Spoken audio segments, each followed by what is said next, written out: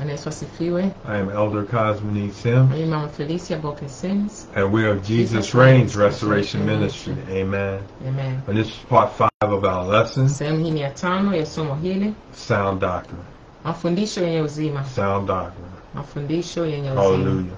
And I just want to review and what we had already, the Lord is the word in which the Lord has given me concerning it, just to make sure that to understand the points of the lesson. Bwana alionipatia kuhakikisha tunaelewa point ya somo hili. Understanding one of the key things is of understanding the ministry of this subject.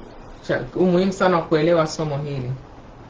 And how 2 Corinthians contributes to our understanding. Na jinsi waraka wa pili wa Korinto inatusaidia katika uelewa wetu, sura ya 5. We're in learning 4 key things. Kujifunza mambo manne ya ukweli katika kweli hii, mambo manne muhimu. One, knowing that God was in Christ. Kwanza kuelewa kwamba Mungu alikuwa ndani ya Kristo. Reconciling the world unto himself. Katika kupatanisha ulimwengu kurudi kwake. And have given us a ministry. Given us a ministry of reconciliation. Ndio tukapewa huduma ya upatanisho. Amen. His death, burial, and resurrection. Hallelujah. He made a way for us to be as a holy people, receive us as a holy people. After Adam and Eve had sinned in the garden, he needed a way to, hallelujah, to be with his people, to reconcile unto his people, that where we can be in his midst, that we can worship him in spirit and in truth. Hallelujah, that sin will not, hallelujah, cause a holy God to be separated from us. Yani kwa kifo chake na kufuka kwake kwa msalaba kwa Calvary amefanya njia kutupatanisha sisi na Mungu. So we not only now have a fellowship with God, but we have fellowship one with another in the Holy Ghost. He has given us a ministry of reconciliation. Hallelujah. Through his Holy Spirit. Amen. Amen. And 2 Corinthians 5 and 17. I just want to expound on it. If any man be in Christ, he's a new creation, a new creature. All things have passed away, again, all things become new. And verse 18, and all things are of God. And he has reconciled us to himself by Jesus Christ, and have given us a ministry of reconciliation. Read 18. 5 and 18. Lakini vyote pia vyatokana na Mungu aliyetupatanisha sisi na nafsi yake kwa Kristo, naye alitupa huduma ya upatanisho. Read 19. 19. Yani Mungu alikuwa ndani ya Kristo akiupatanisha ulimwengu na nafsi yake, asiwahesabie makosa yao, naye ametia ndani yetu neno la upatanisho. To wit, God was in Christ. God was in, verse 19.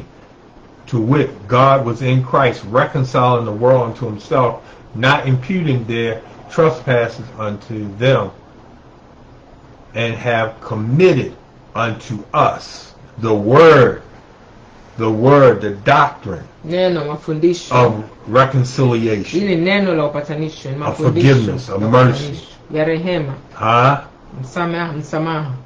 of salvation. Amen. That's what he committed unto us. That ministry of reconciliation. Amen. Now we are ambassadors for Christ, as though God did beseech you by us. We pray you in Christ's stead, be ye reconciled unto God. Amen. Basi tuwajumbe kwa ajili ya Kristo, kana kwamba Mungu anasihi kwa vinywa vyetu, twawaomba ninyi kwa ajili ya Kristo mpatanishwe na Mungu. Amen. Amen. And God, when he had no sin, he made himself sin for the sins of the world. Amen. Yeye asiye na dhambi alichukua dhambi kwa ajili ya kukomboa ulimwengu. Where we were considered heathens, ambao tulikuwa sisi ni mataifa wa nje, strangers, hallelujah, not worthy of being part of the commonwealth of Israel, tusiostahili kuwa katika taifa la Israeli, having no hope, usiokuwa na tumaini, and without a God in this world. wasio na Mungu duniani hapa. But Ephesians, hallelujah, 2:13, but now in Christ Jesus, whom sometime we were far off, are made nigh by the blood of Christ. Waefeso 2 inatuambia jinsi kupitia Yesu Kristo tumekaribishwa karibu.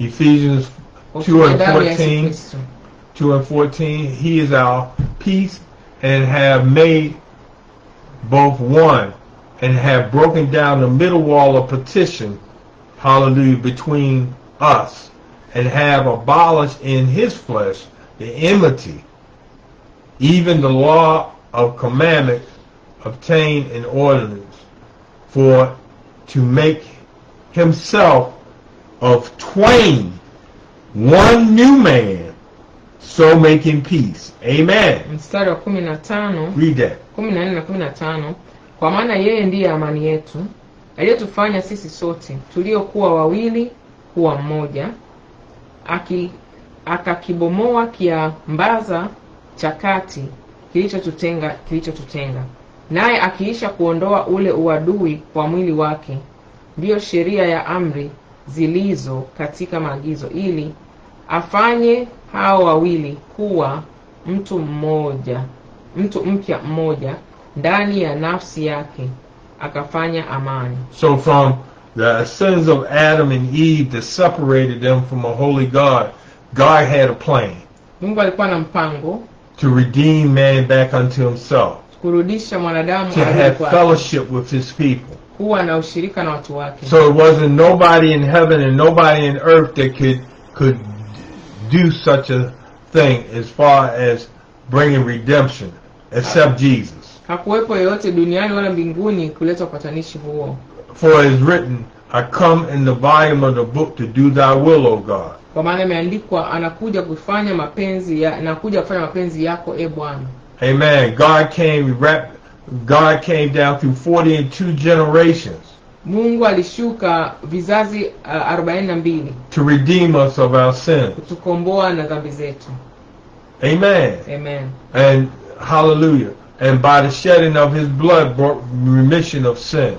Ondoleo la dhambi kwa kumwaga damu yake. Amen. Amen. For God so loved the world that he gave his only begotten son, that who shall believe upon him shall not perish but have everlasting life. Maana Mungu alipenda ulimwengu akatoa mwanawe wa pekee ili watu wasiangamie bali wawe na uzima wa milele.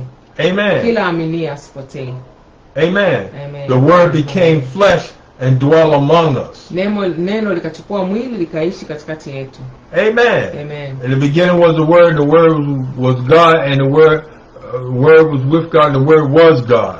Mwanzoni kumbuka kuna neno lilikuwa na Mungu, naye alikuwa ni Mungu. Everything was created for him and by him, and without him nothing was created. Kila kitu kiliumbwa na yeye, na bila yeye hakuna kilichoumbwa ambacho kingekuwepo. Amen. Amen. So Jesus, when he comes down to sound doctrine and us being heirs of Christ, being, hallelujah, having the ministry of reconciliation, this doctrine, this word of salvation. When he said go out in all the world and preach the gospel, that's the great commission of everyone that is saved.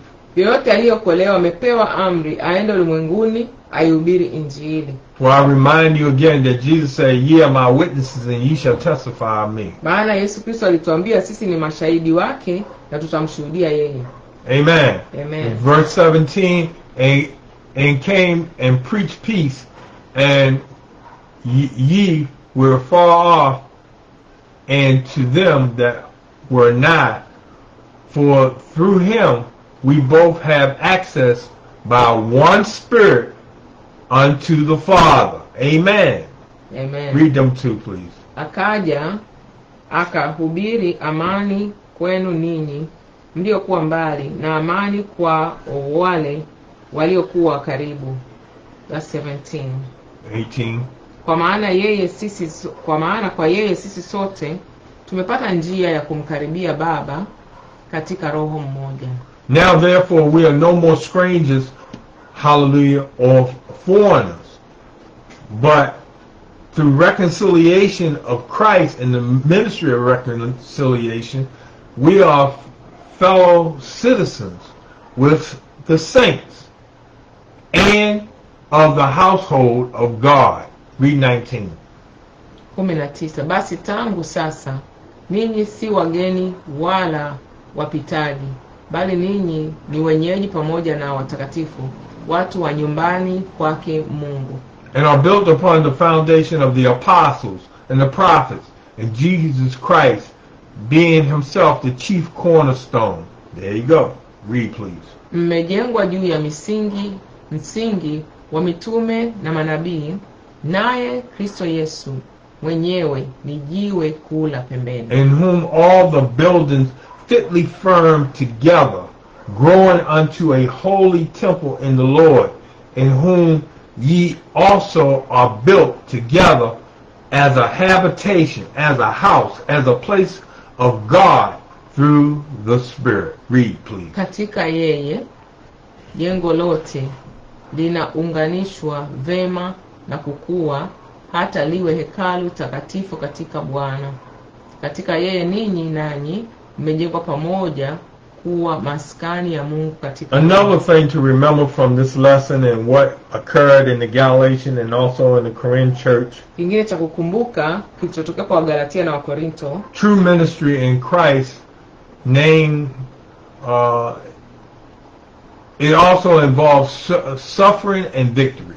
Pointi ya pili ni kwamba huduma ya kweli katika Kristo, jina la Yesu Kristo, inahusiana na mateso na ushindi. Sound doctrine and understanding of God's will and his way, we have to also understand what suffering and victory is. Kuna tujue ushindi uko wapi na mateso mahangaiko yako wapi. I want you to interpret what I'm saying. As many have suffered in the flesh, the word of God said, arm yourself likewise. 1 Peter 4:1. Waraka wa kwanza wa Petro 4:1. Amen. That we no longer live according to the flesh or the lust of men, but the will of God. Bali hatuishi tena kwa mwili, bali kwa tunatenda mapenzi ya Mungu. It was a time that we was caught up in a lot of sins, walked in a lot of sin of lust and lasciviousness and wine. Na dhambi nyingi sana na uovu mwingi. Banqueting, partying, mambo ya sherehe hayo, and idolatry worship. Kupati na kuabudu sanamu. Hallelujah. Hallelujah. Where a lot of people, because you saved, they think it's strange that you don't go and party with them. Wengi kwa sababu wewe sasa hivi umeokoka hawaelewi kwa nini uende kufanya nao sherehe. 1 Peter 4:4 said, when they think it's strange that you run not with them to the same excess of riding, speaking evil of you. Yani wanadhani ni cha ajabu sana wewe ufuatani nao tena kukimbia katika mambo ya uovu, wanaanza kukuzungumzia vibaya. You dedicated and consecrated unto the Lord. You live in holy. Wewe unajitahidi kuishi utakatifu, unajitoa. And people speaking evil of your good. Na watu wanaongea uovu juu ya wewe. For it is written in God's word, they hated me without a cause. Imeandikwa kuna mahali kwenye maandiko wamenichukia bila sababu. What's wrong with her? I just don't like her. Well, what did she do? What did she say? I just don't like her personality. Her spirit ain't right. Yeah, she says she a Christian. It don't take all that. Lakini hana haja kufanya yote hayo. Speaking evil of your good. Kusema uovu katika mema yako. Sometimes it's good you hold your peace. Wakati mwingine unanyamaza. But we're also instructed by the Lord to let no man speak evil of your good. Lakini maandiko pia tena ametuambia usiruhusu mtu akasema mabaya katika mema. Let no man despise thy youth. Mtu asidharau ujana wako. Amen. It's a time that you have to stand as well. Kuna wakati Roho Mungu atakushuhudia inabidi usimame imara ujitetee. And here it is in your stand, you stand on the truth and you rebuke them sharply. The Lord said that. Rebuke them sharply. And if they ask forgiveness, forgive them. Wakiomba radhi baada ya kuwakemea kuwaonya wasamehe. Amen. Amen. That's your right. That's your authority as a child of God. Mamlaka yako na ni haki yako kama mtoto wa Mungu. God didn't make no dumb dogs that he can't bark. That can't bark. Hakuumba wale mbwa walinzi au mbwa wakali. And we're not dumb gods. We're not considered dumb dogs. Hallelujah. I'm not considering us as dumb dogs that can't bark. But what I'm saying, what I want to say spiritually, is that God gives us a mouth to speak. God gives us a heart to live, and at the same time, we're holy people. Sisi ni watu watakatifu. We're the children of God. Watoto wa Mungu. And we deserve that respect. Tunastahili tuchukuliwe kwa jinsi hiyo.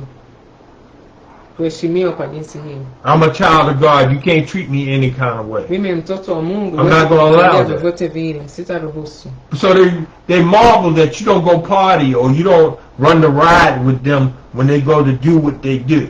Wanashangaa uendi kuzurura nao na kuzunguka nao. I remind you again, we're not of the world. Nakumbusha tena sisi sio wa ulimwengu. But we're the children of God. Ni watoto wa Mungu. And it says, you know, the word of God say in verse 5, who shall give an account to him that is ready to judge the quick and the dead? He's going to have to give an account for their sins. Kila mtu atatoa and the things that he do. Hesabu kwa yale aliyoyafanya na kuyatenda na asiyoyatenda. That which a man sow, yes shall he reap. Kila anachopanda mtu ndio atakachovuna. Amen. Amen. And the gospel is being preached, amen, to them that are dead, that might be judged according to men in the flesh, but live according to God in the spirit. But I want to also say, nasema kwamba, on verse 7, but the end of all things is at hand. Be ye therefore sober and watch unto prayer. Read that, please. Mstari wa 6 na 7, 6 and 7. Mungu mmoja naye ni baba ya wote, aliye juu. I'm not reading the right scripture. 1 Peter 4 and 7. Again, it says, the end of all things is at hand. Yes. Be therefore sober and watch unto prayer. Just interpret that. Yes. Anasema, mwisho wa yote umewadia. Hivyo, muwe makini, muwe macho, na muwe mkeshe mkiomba. Okay, and 8, be willing to give, and at the same time, why? Because God loves a cheerful giver. Uwe tayari kutoa, Mungu anapenda atoaye na moyo mkunjufu. Amen. Amen. Have fervent charity among yourselves. Mkiwa na ukarimu nyinyi kwenyewe kwa wenyewe. For charity, for love will cover a multitude of sins. Upendo unafunika dhambi nyingi. Use hospitality one to another and not grudgingly. Tendeaneni mema, sio kwa kinyongo. Amen. Being a good steward, hallelujah, and ministering with grace in your heart. Mkihudumu kwa neema mioyoni mwenu. Hallelujah. And 1 Peter 4 and 11. I want you to read 1 Peter 4 and 11. 4:11. Tasoma.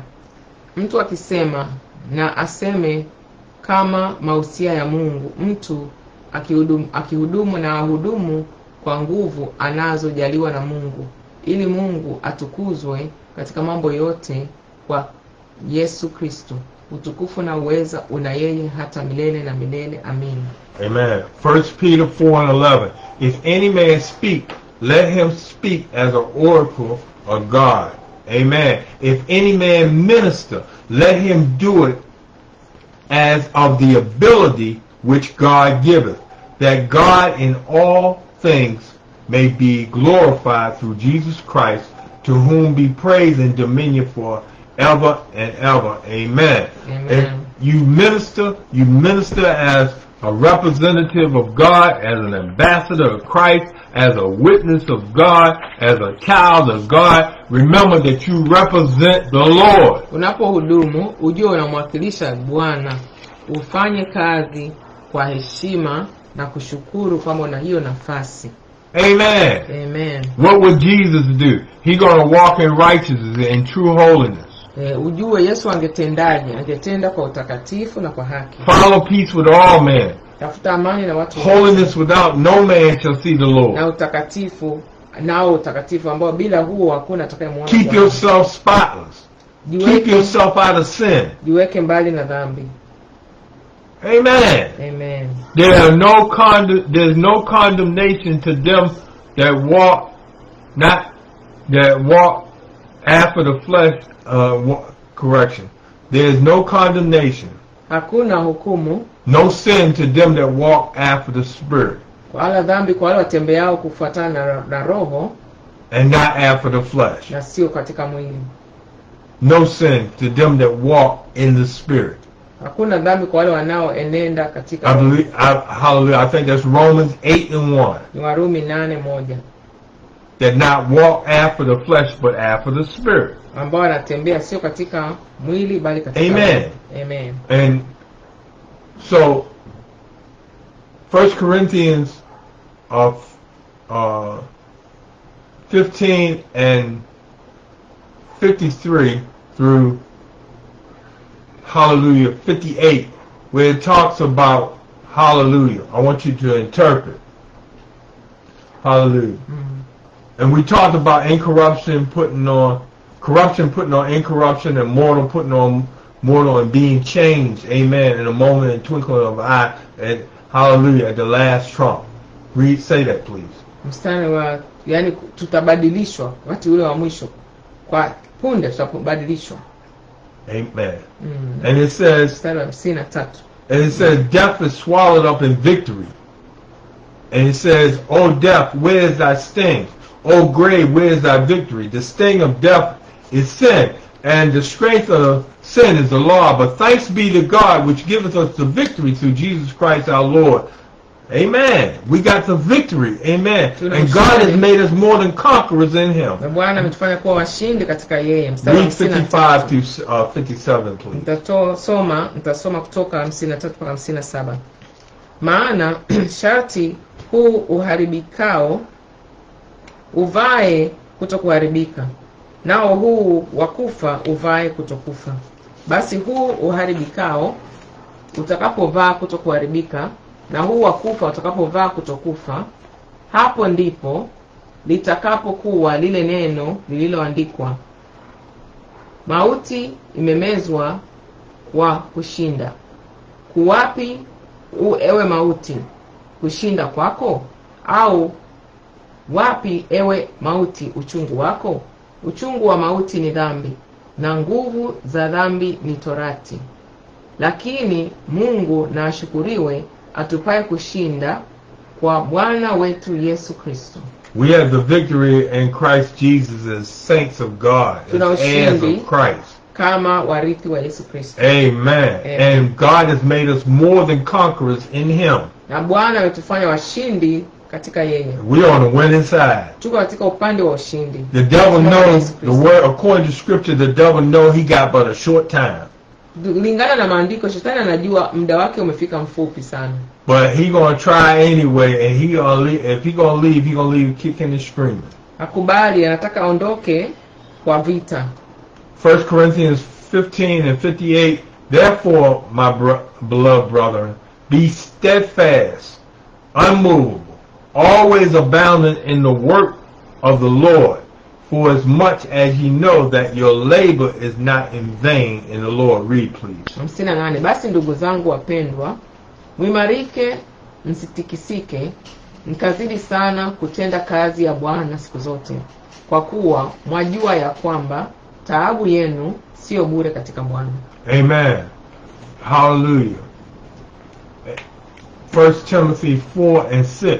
Waraka kwanza Timotheo 4:6. Hallelujah. Serving the Lord and doing things in the name of Jesus. Mtumikia Bwana na kufanya kila kitu katika jina la Yesu Kristo. In His name to every need of His people. Na kwa jina lake kila hitaji la watu wake liatimie. It says here in 1 Timothy 4 and 6, if thou put the brethren in remembrance of these things, thou shalt be a good minister of Jesus Christ, nourished up in the words of faith, hallelujah, and good doctrine, whereunto thou hast obtained. You learn. Read that, please. Amen. Mstari wa 6 sura ya 4 waraka kwanza Timotheo. Ukiwakumbusha ndugu mambo hayo, nawe utakuwa mtumishi mwema wa Kristo Yesu na mzoefu wa maneno ya imani na mafundisho mazuri yale uliyo yafuata. 1 Timothy 4:12. Let no man despise thy youth, but put thou an example to the believers in word, in conversation, in charity, in spirit, in faith, in purity. Amen. Till I come, give attendance to reading and to exhortation, to doctrine. Neglect not the gift that is in thee, which was given to thee by prophecy with the laying on the hands of the presbyterian. Read 12 through 14, please. 12-14.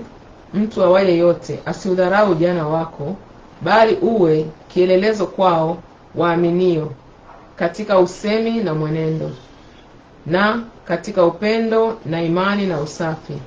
Hata nitakapokuja ufanye bidii katika kusoma na kuonya na kufundisha. That is 13 and 14. Yes.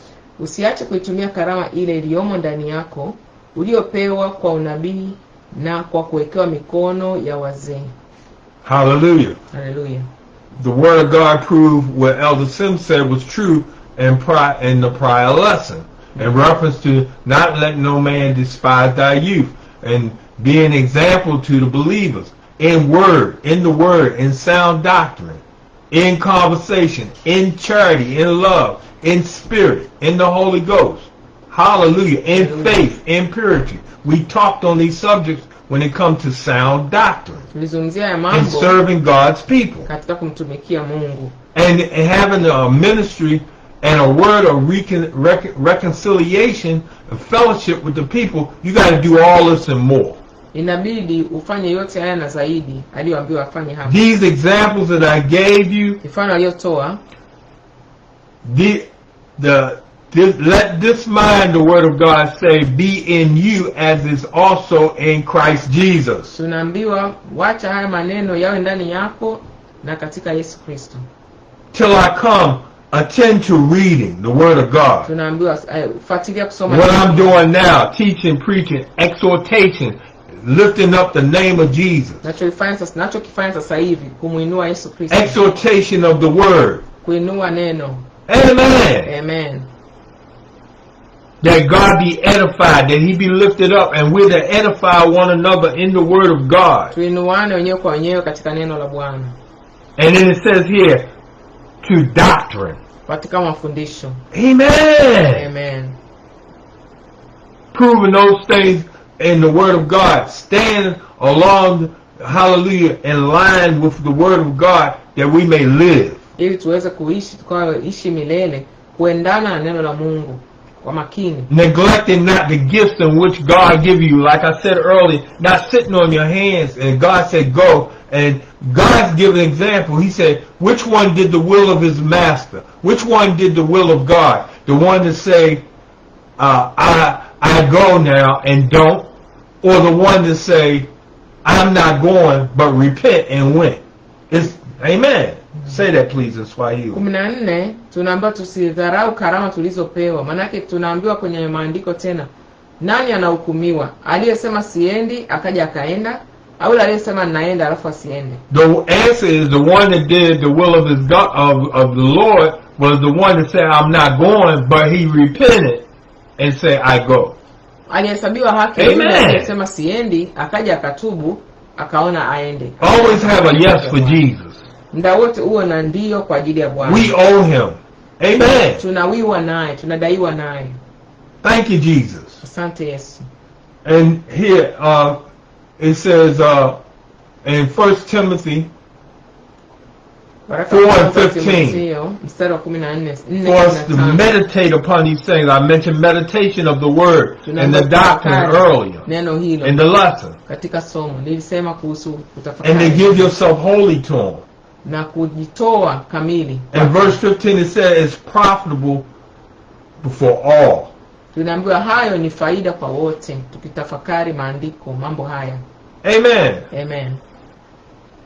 And here in verse 16, that you take care of yourself, you take heed to yourself, and unto the doctrine, here we go again, unto the doctrine, continue in them, and in doing so, thou shalt both save thyself and them that hear you. Read that, please. Unaona 16 inasema jitunze nafsi yako na mafundisho yako, dumu katika mambo hayo, maana kwa kufanya hivyo utajiokoa nafsi yako na wale wa kusikiao pia. Okay, 2 Timothy 4:2. 2 Timothy 4:2. Preach the word. Waraka wa pili wa Timotheo Be 4:2. instant in season and out of season. Reprove, rebuke, exhort with all long suffering and doctrine. Mstari wa pili unasema lihubiri neno, uwe tayari wakati ufaao na wakati usio kufaa. Karipia, kemea na kuonya kwa uvumilivu wote na mafundisho. The word of God said Elder Sim was telling the truth. Neno And he Mungu said this hapa early in the lesson linahakikisha kwamba Elder Sim alikuwa about the authority of us as being kwenye sehemu saved. ya kwanza ya somo hili. And when it comes down to Maandiko what the man of God gives the man of God to do concerning trouble in the church. Mambo ambayo Bwana alitupatia azungumzie mtumishi wa Mungu kuhusu kanisa na matatizo ndani ya kanisa. With all long suffering and with doctrine, with patience, long suffering and working it out. Na kushughulikia yote kwa utaratibu. Hallelujah. Hallelujah. Keep coming back to doctrine. Jesus said take heed. Take heed to the doctrine. Tuwe makini na mafundisho. And unless your righteousness exceed that which is of the Pharisees and the Sadducees, you won't go to heaven. Tunaambiwa You're going to miss heaven. haki yetu isiwapita wa Mafarisayo na Masadukayo, hatutaingia mbinguni. Because they came up short. Kwa maana na wao walipungua. God had to rebuke them. Bwana ilibidi wakemee. Woe unto you, scribes, Pharisees, and hypocrites. Walikemewa hilo neno. Ole wenu Mafarisayo. They became hypocrites. Walikuwa ni wanafiki. And we got a bunch of hypocrites today. Na leo tuna wanafiki wengi. Amen. Amen. 2 Timothy 4:3. For the time will come when they will not endure sound doctrine, but after them their own lust shall they heap to themselves teachers. Here we go again. Having itching ears, false teachers having itching ears, and they shall turn away their ears from the truth, and shall be turned unto fables. Read 3 and 4, please. 2 Timothy 4, 3 and 4. 2 Timotheo 4:2 na 3. Tamani 3 na 4. Maana utakuja wakati watakapo yakataa mafundisho yenye uzima, ila kwa kuzifuata nia zao wenyewe watajipatia walimu makundi, kwa kuwa wana masikio ya utafiti. Nao watajiepusha wasisikie yaliyo kweli na kuzigeukia hadithi za uongo. Bali wewe uwe na kiasi katika mambo yote, vumilia mabaya, fanya kazi ya mhubiri wa Injili, timiliza huduma yako. I don't believe you did verse 2. I want you to read verse 2 again, please. Okay, I did 3 and 4. Let me do 2. Tasoma 2. Lihubiri neno, uwe tayari wakati ukufaao na wakati usio kufaa. Karipia, kemea na kuonya kwa uvumilivu wote na mafundisho. Amen. Verse 5. Watch thou in all things, endure afflictions. Watch in everything that you do. Kuwa makini na yote unayofanya. Endure pain, vumilia maumivu, suffering, mateso, different trials that you encounter from day to day. Do the work of an evangelist. Fanya kazi ya mwinjilisti. Make full proof of your ministry. Kamilisha huduma yako mbele za Amen. And here's the man of God saying, I'm ready to leave this world. Unaona, mtumishi wa Mungu anasema yuko tayari kuondoka duniani hapa. My time of departure from this world is at hand. Muda wangu wa kuondoka duniani umefika. He said, I fought a good fight. Nimepigana vita vyema. I have finished my course.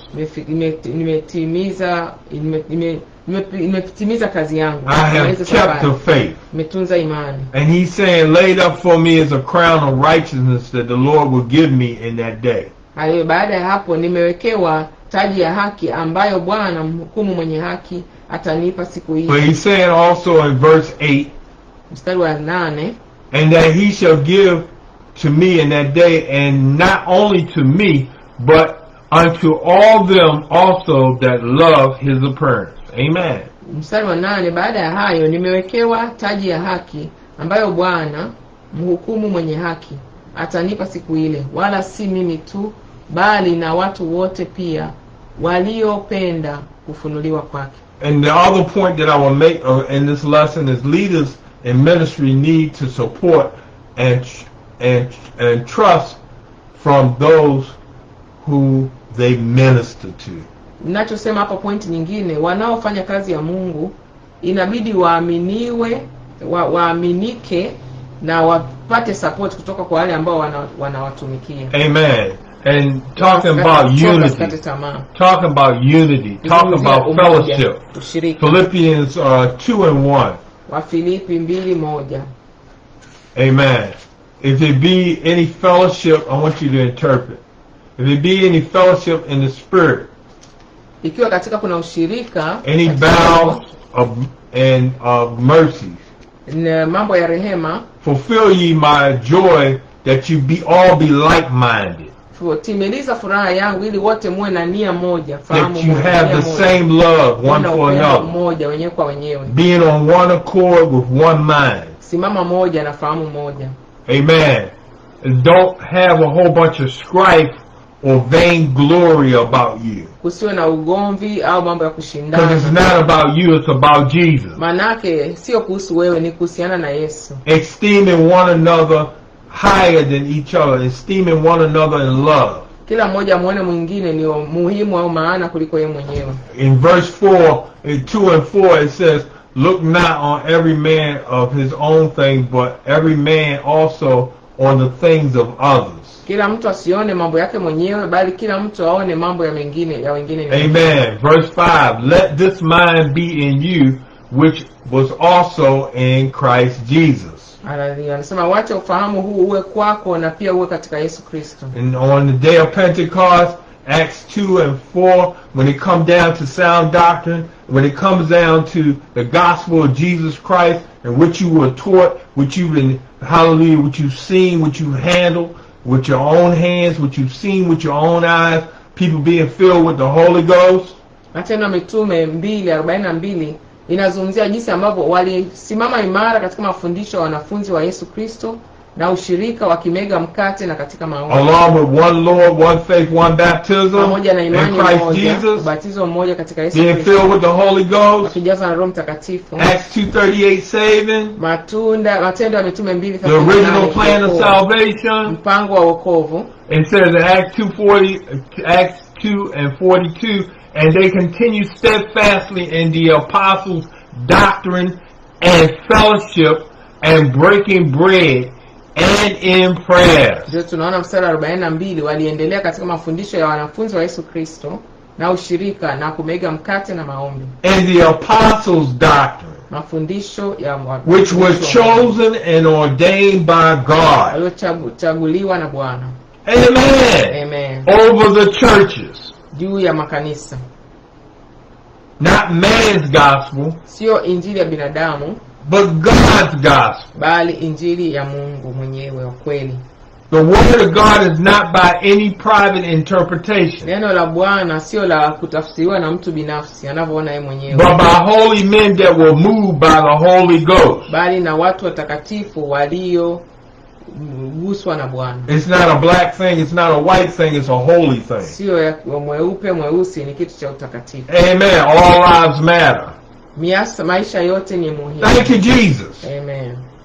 And they continue steadfastly, they keep they stayed, continued, steadfast in the apostles' doctrine, and the apostles' doctrine is fellowship and breaking bread and prayer in Christ Jesus. Waliendelea katika kumega mkate, katika maombi na ushirika. And what happened after that? And it say a fear came upon every soul in the church. Hofu ikaja kwa kila mmoja katika kanisa. Many signs and wonders was done by the apostles. Na miujiza mingi kafanyika na wanafunzi wa Yesu And Kristo. all that believe, hallelujah, Acts 2:44, all that believe were together and had all things common. Everything common. Mstari wa 44. Read that.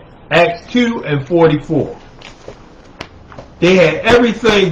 They was on one accord Walikuwa by having pamoja. all things common. Kwa mambo yote yakiwa pamoja.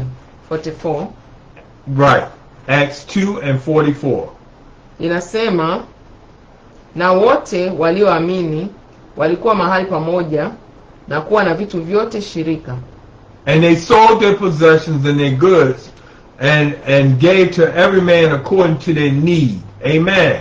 And they continued daily on one accord in the temple, breaking bread from house to house and eating their meat with gladness and singleness of heart. Amen. Praising God and having favor with all men, with all people. And the Lord added to the church daily such as should be saved. Read down to verse 47. Amen. Read 43 to 47. Amina. Nasoma 43 mpaka 47. Kila mtu akaingiwa na hofu, ajabu nyingi na ishara zikafanywa na mitume.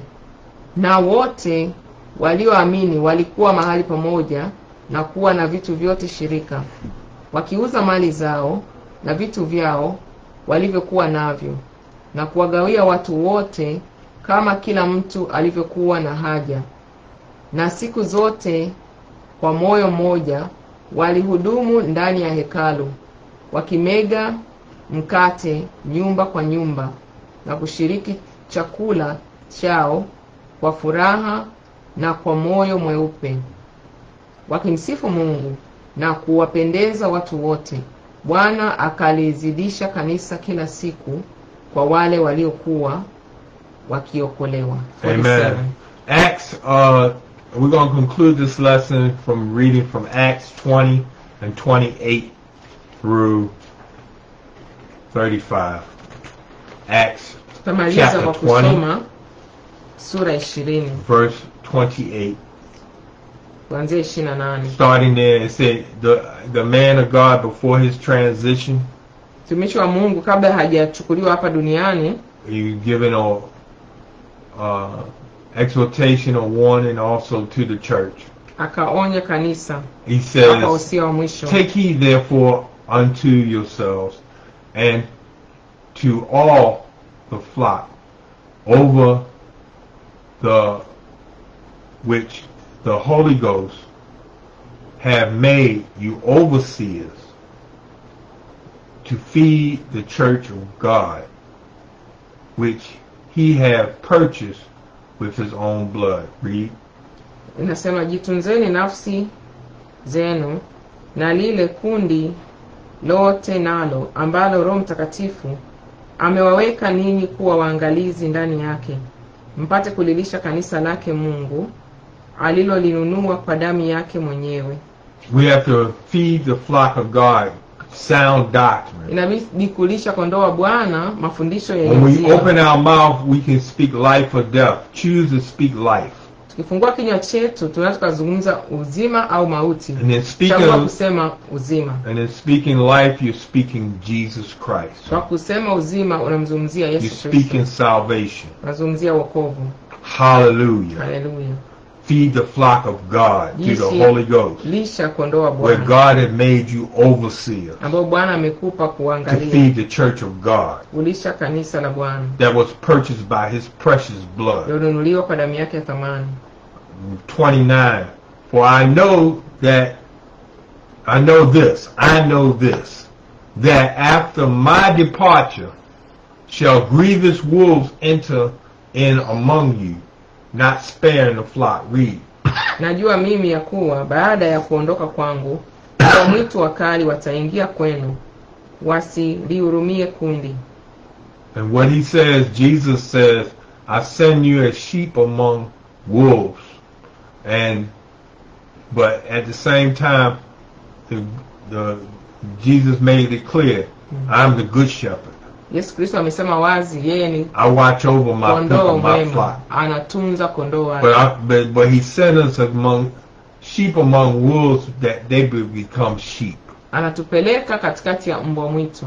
That when they hear his voice, they will harden not their Ndio heart. maana anasema kondoo wake wajitahidi waendelee kusikiliza And seek sauti his yake face and be saved. na kutafuta uso wake waokolewe, Having that word and ministry of reconciliation. wakiwa na ile huduma ya upatanishi. 30. Also of your own selves shall men arise, speak perverse things, and draw away disciples after them. Read 30. 30. Tena katika ninyi wenyewe watainuka watu wakisema mapotovu, wawavute hao wanafunzi wawaandamie wao. 31. Therefore watch and remember that by the space of 3 years I cease not to warn every one night and day with tears. Read. Kwa hiyo kesheni mkikumbuka ya kwamba miaka 3 usiku na mchana sikuacha kuwaonya kila mtu kwa machozi. Hear the language of the man of God. With tears, praying for them. Sikia mtumishi Night Mungu and day, anasema usiku na praying for mchana, these lost souls, family members that need the Holy Ghost. nawaombea For the familia strangers in the street ndugu ambao hawataki that's committing hawajaokoka, sin every day. watu walio mitaani wanaotenda dhambi kila Praying siku. for those people that are lost. Right Nawaombea wale waliopotea. now. Amen. Amen. With tears and warning. He said, I'm warning not just the church, but I'm warning people. Bali anawaonya watu.